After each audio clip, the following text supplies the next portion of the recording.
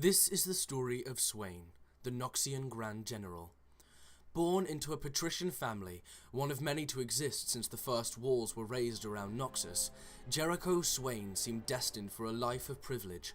The noble houses had played a key role in Borum Darkwill's rise to power, stoking rhetoric that their proud heritage was the nation's greatest strength. However, many hungered for greater influence, plotting against Darkwill and a secret cabal united by nothing more than the symbol of a black rose. Uncovering their intrigue, Swain personally executed the most prominent conspirators. Among them were his own parents, whose whispers of a pale woman had first alerted him to the danger to Noxus, which he valued more than house or kin. They sought a power, a shapeless voice cackling in the darkness of the immortal bastion. Something like a raven's call. For exposing the Cabal, Swain was granted a commission in the Noxian army, far from anything he had ever known. There, he learned firsthand that the Empire was not strong because of the Noxians, as he had believed, but because of the way it could unite all men in spite of their origins. On the front lines, a foreign slave could be the equal of a highborn noble. But still, Swain found only darkness in the wake of each battle, clouds of carrion crows.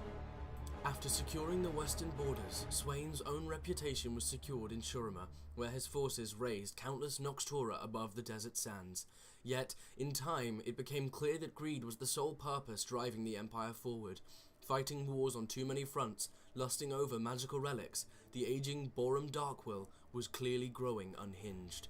When Noxus invaded Ionia, Darkwill began to move even more brazenly, retasking entire warbands to scour the land for anything rumoured to extend a mortal lifespan. With Swain's forces depleted, it became nearly impossible to engage the enemy. Finally, at the Battle of the Placidium, after luring the local militia into what should have been a trap, Swain's warhost was overrun.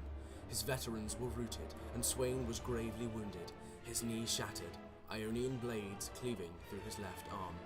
As he lay on the verge of death, a raven approached to feed, and Swain felt an old familiar darkness press upon him again. But he would not let it take him. He could not.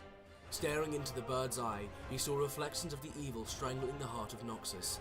A black rose, the pale woman, and her puppet emperor. Swain realized that he had not defeated the hidden Cabal, and they had betrayed him to what should have been his death, after seducing Darkwill, the man they failed to overthrow. All this was glimpsed, not in the mind of a raven, but something more.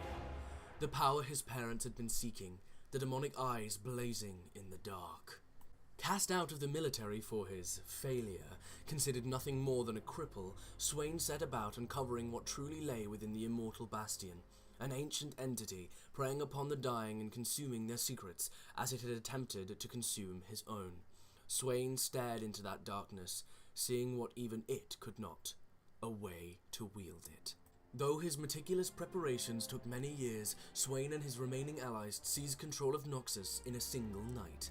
Physically restored by the demon, he crushed Darkwill in full view of his followers, leaving the throne shattered and empty. Swain's vision for the future of Noxus is one of strength through unity. He has pulled back the warhost from Darkwill's unwinnable campaigns and, with the establishment of the Trifarics, ensured that no individual can rule unopposed. He embraces any who will pledge themselves to the Empire, even the Black Rose, though he knows in secret they still plot against him.